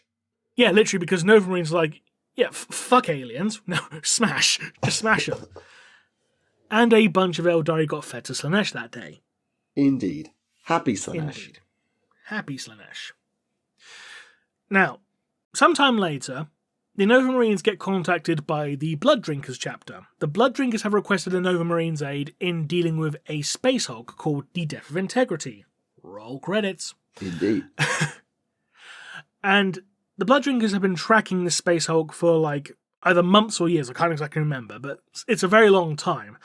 But the problem is this Space Hulk keeps teleporting like every 48 hours or so. So it's really hard to come, and track it down. But they managed to track it down, and the Nova Marines are on their way to rendezvous with the Blood Drinkers. Yep. The Nova Marines turn up first. I was like, right, where the fuck are the Blood Drinkers? I hear the Blood Drinkers, like, hello, we're the Blood Drinkers. Let's discuss battle plans. So, Blood Drinkers send a delegation over to the Nova Marines flagship, and the delegation includes their chapter master, chief apothecary, sanguinary master, rather, their reclusiarch, 5th company captain, and 5th company ancient. Standard bearer, for those wondering. Oh, so ancient is a term more associated with Primaris. No, it's been a thing for ages. Oh, I know it has, but it's way, way more associated with Primaris. It is, but it predates Primaris, so... But yeah, anyway. For those wondering, the Nova Marines are real sticklers for the Codex Astartes, and they think anyone who deviates from it even slightly, is going to, fail. They're going to fall to heresy and all that, because, Well, that's not going to go well with the Son of Sanguinius, is it? No. So... The Nova Marines captains, and the Master of the Forge and all that, they've they're meeting them on the dock, the docking bay or whatever it is. I've forgotten what the hangar, whatever you want to call it. I don't know the fucking terminology. Fuck. Anyway, yeah. And Nova Marine captain, I believe his name is Gelt. I'll just call him Gelt for ease of access, or ease of remembrance rather. It's like, yes, Chapter Master Cadus, nice to meet you, and I see you've brought your reclusiarch, very nice, and you've got your chief apothecary. No, he's a sanguinary master. What the fuck's a sanguinary master? Chief apothecary. So, no, don't like that deviation from the codex. No. So, by the way, you look very dry. Like, you've got very brittle hair and you've got very dry skin. Is everything okay? Yes, everything's absolutely fine. Right, well, we prepared a feast in your honor. Great, because I'm very thirsty. For blood. Yeah, I'm sure. For blood, yes. Hey! Now, correct me if I'm wrong, because... Oh, no, sorry. I'm getting the Blood Drinkers mixed up with the Knights of Blood. Carry on. Yeah. Though one thing quite funny in this book, when they're talking about the Blood Drinkers, they're saying the Blood Drinkers, the Blood Drinkers, the Blood Drinkers. And then the Thunderhawk turns up, right, the Blood Drinkers, the disembarkation ramp has been lowered, and the Blood Angels step onto the deck. It's like, no, guys, not the Blood Angels, it's the Blood Drinkers. You've just said it was. So how that slipped past the editor, I don't know. Whoops. Whoops, indeed. But anyway, later on they have the chapter feast in honor of the Blood Drinkers, and Gelt's like, for someone who said they were thirsty, you're not drinking very much, or eating that much for that matter, because Cage is literally just like pushing the meat around on his plate with his fork, like da. I prefer my meat a bit rarer. But yeah, they start talking about the customs and all that, because like Cadus is like, I'm very surprised, considering that you're from, the world of Honorum and all that. I'm very surprised at the fact that you are very Macraggian in your customs and beliefs. It's like, well, yes, we honour the customs of Macragge because that's the customs of the Ultramarines, and the Ultramarines are the best because they're our parent chapter. Yawn. Yes, but it's like, yes, but you also tattoo your faces, which is not very Macraggian. That's something from your homeworld, isn't it? Yes, we honour our parents on Honorum by maintaining the tradition of tattooing. But that doesn't adhere to the Codex Astartes, does it? Or Macraggian culture. This is no, how it's you different. pick holes. Is it really different? Is it really that different? Well, it's like, now, what about the battle plans? Oh, thank fuck, I'm talking about something else. Right, yes, the battle plans. Yeah, basically, anyone who's like a super ultra traditionalist can be unpicked in the sake of 5 seconds flat. Good. Well done, author. Well done. So, originally, the Blood Drinkers Master of the Forge suggested that, right, it's a space hog, so it's bound to have STCs and lost technology on it, because, the odds of that happening are very high. Yeah. So he wants the Blood Drinkers to go in, and actually go in on foot to retrieve the relics before, destroying, the space hog. Logical. But the epistolaries of the Blood Drinkers have noticed that, right, we've done a psychic scan and we can sense there is a brood mine, so there is gene stealers on this Hulk. Oh, I sense a board game coming on. And because of the immense radiation levels being given off by the Hulk, that only means that Terminators can get on board. Because, it can withstand radiation. And Gelt's like, yeah, but that seems very stupid, just saying a few squads of Terminators and a Hulk that big, that seems stupid. He's like, yes, I agree. So I suggest, instead, we just blow it the fuck up. Because we've calculated where it's likely to jump next, and it's likely to come within close orbit of a densely populated hive world. And if Gene Stealers get onto a hive world, we're not getting them off. No, that will end badly. Yeah. So, just being pragmatic, let's blow the ever-loving shit out of this Space Hulk. Mm-hmm. And the Nova Marine's like, yeah, sounds like a plan. Our Master of the Forge is going to be pissed off about this as well, but he'll do what we tell him to. Because his loyalty is to Ultramar first, then the Chapter, and then the Adeptus Mechanicus. Ultramar over Chapter. Wow, you fucking shadow. That's the Nova Marines. But yeah, so they make preparations. You know, it's like, right, okay, we've got our weapons ready. Aim Space Hulk, right. Well, I can't give the order to fire because Cadus is in charge of this this mission because he's the one who requested our aid, so we defer to him. Yep. And Cadus says, well, since you answered our call for aid, the honour of the first shot is yours. Take it at your leisure. So, right, lads, let's blow it the fuck up. And everyone's like, yeah, for Ultramar, let's start making jokes about it. And the Nova Marines Master of the Forge is like, the loss of STCs is nothing to be jovial about, brothers. Shut the fuck up. Fuck off. But yeah, they start like firing like cyclonic torpedoes and shit. And the Space Hulk's like 2 light minutes away, so it takes like half an hour for this torpedoes to actually hit. Mm-hmm. And as they're like loading their salvos, like fire, fire, fire, they get a translation message. A fleet is coming out of the warp. It's like, well, hold fire, hold fire. You know, we don't know what's coming. And it's a Mechanicus Explorator fleet that translates right in the midst of the cyclonic torpedo barrage. Oops. But they fire a bunch of interceptor missiles to blow up the torpedoes, so it's all fine. So, okay, I'm going to make a prediction. The Tech Marine contacted the Mechanicus and they were about to blow a Space Hulk with STCs on. Please help. If he did, I haven't gotten that far yet, but anyway. Fair enough.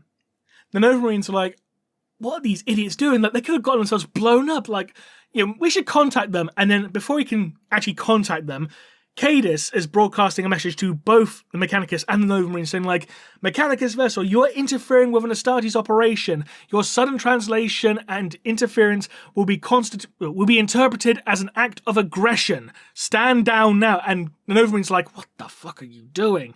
Like, threatening the Mechanicus, like, probably not the smartest idea, considering that's a big fucking fleet. But anyway, the Magus Dominus responds like, hello, you're to stand down from blowing up that Space Hulk immediately. Why? On whose authority? Well, the Space Hulk might have STCs, and as you know, all STCs, by the terms of the Treaty of Olympus, belong to the Mechanicus. Okay, yeah, but who's going to enforce that?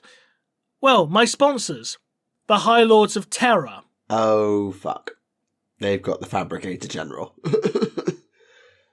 And that's where I've gotten to so far. So it looks like we are going to be playing Space Hulk after all. Indeed. Da-da-da-da-da-da. Bob.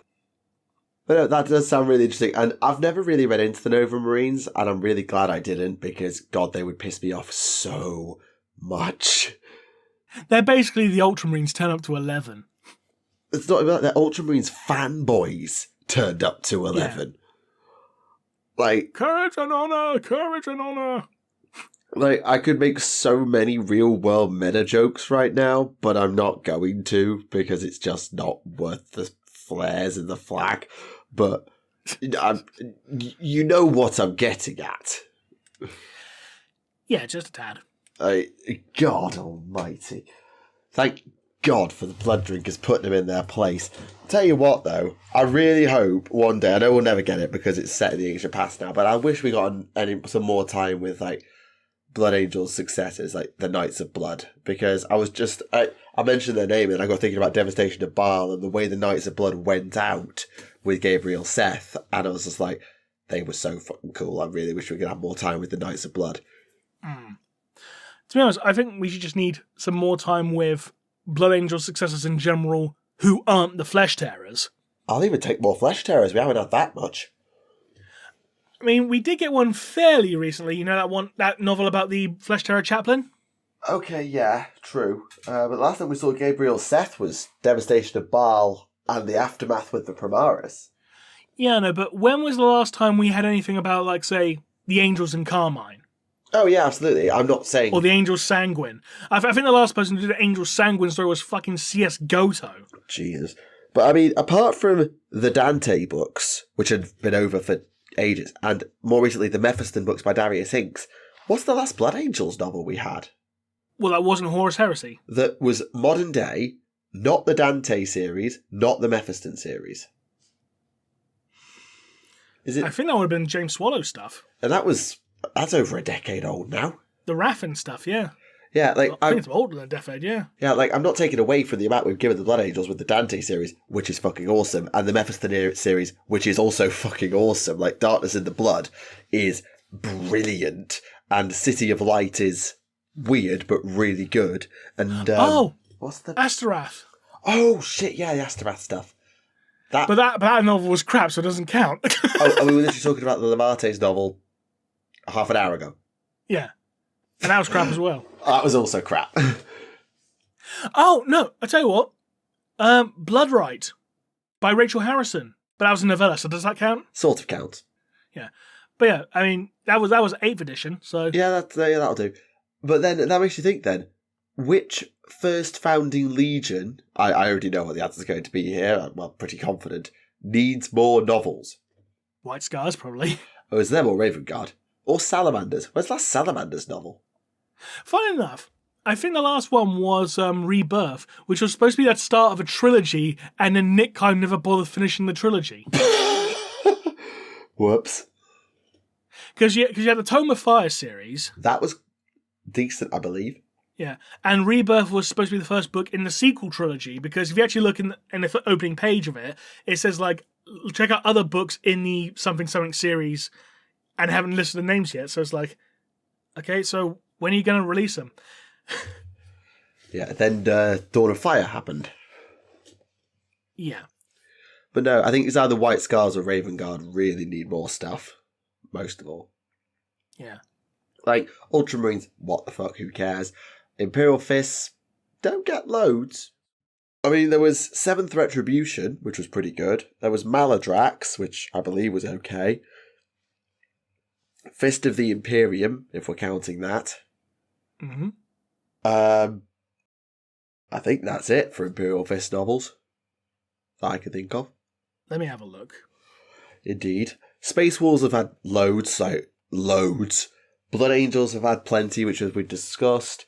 Dark Angels have had more than Hot Dinners. And then we've just said the other 4, so Sally's, Raven Guard, White Scars. Right. Who am I missing? Sons of Dawn and Endeavour of Will, 7th Retribution. Who's the other one? Ian Watson's Space Marine, that's technically an Imperial Fist novel. No, it doesn't count. Well, it does. It was like the second ever 40k novel, so it does count. It was about an Inquisitor. The Imperial Fist just happened to be there. No, that was Inquisitor. That was about Inquisitor. Space Marine was about an Imperial Fist. Oh, boo. It was about Captain Alexandra Darkibus. Boo. Yeah. Oh, War of the Beast. That was pretty much that was an Imperial Fist miniseries, technically. Not modern day, but counts. I mean, well, technically you could argue modern because it's post-heresy. It's post-heresy, so it does kind of count. And post-scouring. Yeah. So. Why do I feel like I'm missing a Loyalist Legion here? Like, Ultramarines, Fists, Angels, Wolves, Sally's, Raven Guard, White Scars. Iron Hands. That's it. Oh. Yeah, when are we going to get the third book in the Iron Hands trilogy? That's Sons of Medusa, isn't it? Is it that series? It was Sons of Medusa and Eye of Mars. That was it. Oh, and Eye of Mars apparently doesn't even show up on the search thing. Okay. Well, that's all. No, because it's Voice of Mars, that's why. It's Eye of Medusa, Voice of Mars. Ah, that would be why then. Yeah, Sons of Medusa's a bloody Ultramarine successor. Yeah, because Iron Hands, you got Eye of Medusa, Voice of Mars, Wrath of Iron, which was Spaceman Bells. You had the Iron Hands novel, which is called Iron Hands. Yeah, did Iron Father Feros get anything? No. Unless you want to count Voice of Mars. Kind of. But they're all those named characters who they did. Like, you've got Adrax Agatone and, as I say, Iron Father Pharos and the other ones they did. Not Tor Garadin, he's had plenty. But There's those random extra characters they gave to some of those Forgotten Legions who barely have any characters in the modern day, and just sort of like, yeah, that's the thing, bye. Also, Vulcan He-Stand's completely disappeared. Like, where the fuck's he gone? Yeah, that's a good point, yeah. Like, apart from Shrike, like, Corsaro Khan basically doesn't show up. I know he has a new mini, but he basically never shows up. Vulcan He-Stand's just gone. Like, gone. Yeah. I think the last thing Corsaro Khan was in that I can recall, like an actual story about him, was probably that audio drama we had a fight with Doom Rider. Is that before or after the Damocles stuff? Because he takes a major role with the Damocles stuff with Shadow Sun. I can't remember. I know it was written by Josh Reynolds, but that's about it. That's going back. Yeah. Oh god, excuse me, sorry, tired. No, you're grand, you're grand. Well, given the time, in which case if you're feeling sleepy, we can always call it there. Oh, I got home from work 20 minutes before we got on the air, so it's fine. And I do have a few questions for episode 199 I don't mind firing out. Yeah, go on then, yeah. Let's get a couple of questions out. Indeed. Right. So, questions out for the lads, and all that.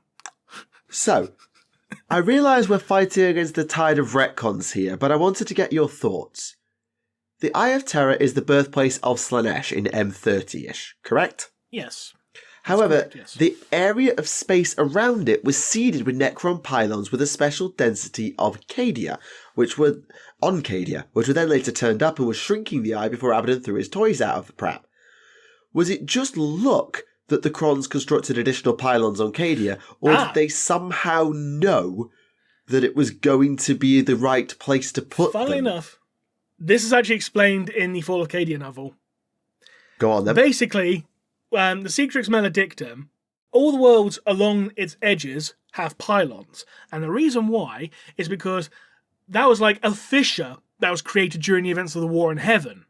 And basically, Abaddon just basically ripped that fissure right back open. It's like an old scar, essentially. It basically ripped open an old wound. Yeah. But what about the eye? Yeah, again, the top and bottom of the Secretrix, basically where it starts and where it ends, it's basically like where Slaanesh was born, essentially, with the Eye of Terror.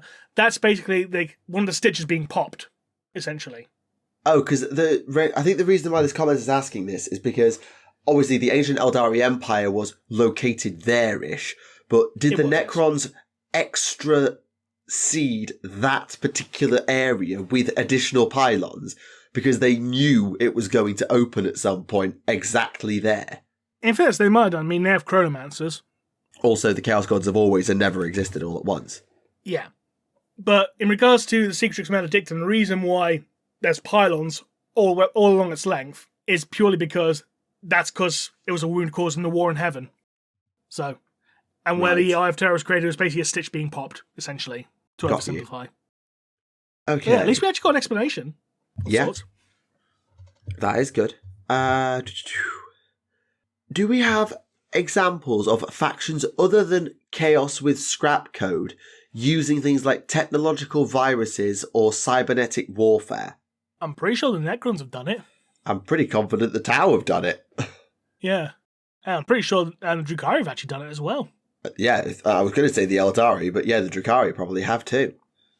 But can I give you a specific example? No, I can't. Oh, wait, yes I can. Anrakir the Traveller.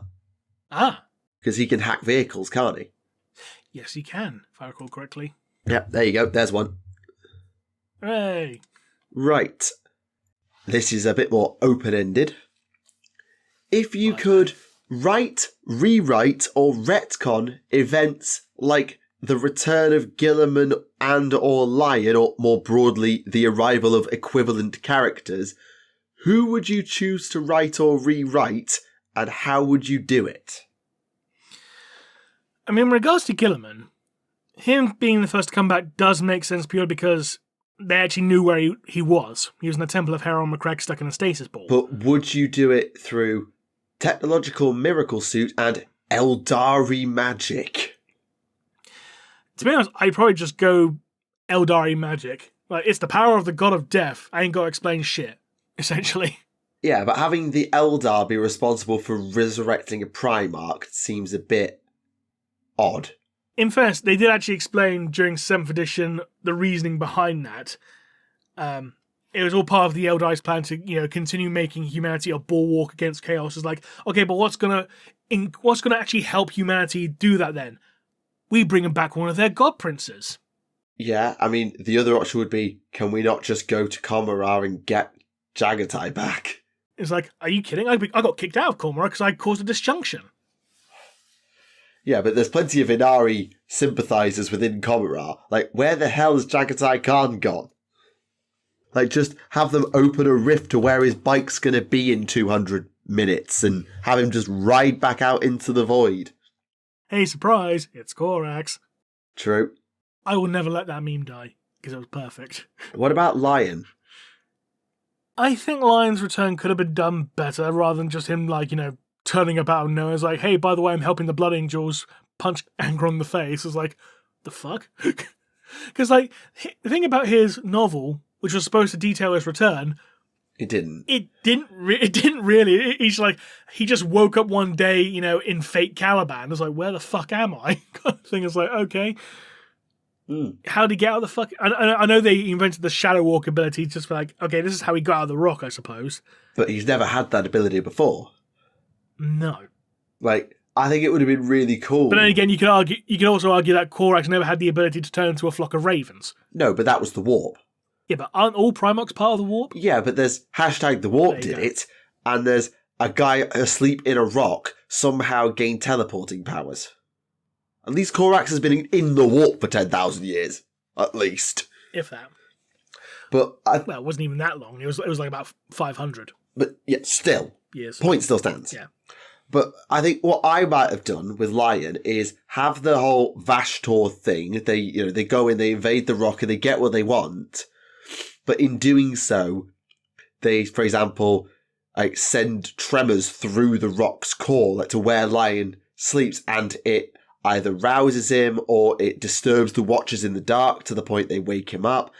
And he either pulls a Gilliman and comes out of nowhere kicking ass and taking names, or the Dark Angels fight them off, or Vashtor withdraws. And as the Dark Angels sit around in their council of, oh fuck, we're fucked. Luther's gone. We've lost all this. The rock is falling apart at the seams. And then Lion appears, just almost drags himself into the room, or crawls his way through to a hole in the floor or something like that, or even just walks in with or without his armor, because the Watchers in the dark may or may not have given it to him. And what the hell is going on? And then just have the Dark Angels have to grapple with the fact that Lion was there the whole time. The whole time. And they never knew. Not even Azrael knew. And they basically, Vashtor throws someone through a wall, and Lion just goes, "Surprise, bitch!" Even so, but yeah, just have the Dark Angels grapple with the fact that not only is Lion alive, Lion's been there the whole time. And have that explore the relationship with the Watchers in the dark, because they've clearly been lying about it or keeping it from them where they definitely didn't have to. And then the whole thing of, where's Luther? Who's Luther? He was they might know who Luther. They'll know who Luther is, but well, Deathwing will. Yeah. When I fell unconscious, the Watchers told me that Luther was gone. Wait, Luther was here? And Azrael just starts looking shifty and is like, my lord, I have no... What do you mean Luther was here? And really start to test the boundaries of the Dark Angels' whole secretive thing. Because they all kept secrets from each other, and even the Watchers in the Dark keeping secrets from them. And play with that, rather than it be Mr. Bombastic whack Angron in the face immediately. Mr. Bombastic? Was he fucking Biggie Cheese? Is he? I don't know where that came from. I don't know. I was thinking it'd be bombastic intro, which is what Lion got. Mr. Bombastic, beat you with mastic. I don't know where that... You can tell I'm tired because I'm coming up with the most random bollocks. Indeed. But yes, that's what I would do. Fair enough. Any other questions? I haven't got time for one more before we have to go. That's about tabletop. So, no. In terms of things that aren't tabletop related, no. Fair enough. Well, in which case, thank you very much to everyone who tuned in for this episode. We hope you enjoyed it. It may be a little bit shorter than usual, but after the insanity that was Quizcastus, I think I deserve a little bit of a break in terms of editing. Yeah, we're not even that short. It's 1 hour. No, I know. Yeah, I so know. we're pretty close. And it's just been nice to... Because that, I'm going to be honest, between losing the audio and the stress of trying to put it all back together, that episode took weeks off of us trying to get it all together. Yeah, you weren't the one trying to edit it. I'm not saying I'm innocent here. I know I'm part of the fucking problem. But it's like trying to get it all organised, then doing it, then losing it, my fault, and then trying to get it organised again, and then different people come in and out, and how many times you had to go and run to Sleepy to get the art changed. It was just, ugh. Yes. But anyway, hopefully for the next episode we should have a guest joining us, so look forward to that. And with luck, it might actually be a new one, because I've been speaking to a couple of people, so yeah, there's that to look forward to in the future. So, until next time, everyone, this has been Remleiz from 40k Theories. And this has been your reigning, defending, definitely better than Oculus Imperia. Well, you weren't defending it today. Interim Quizcasters champion, Tactica Imperialis. Yes. And we'll see you again next time. Bye-bye.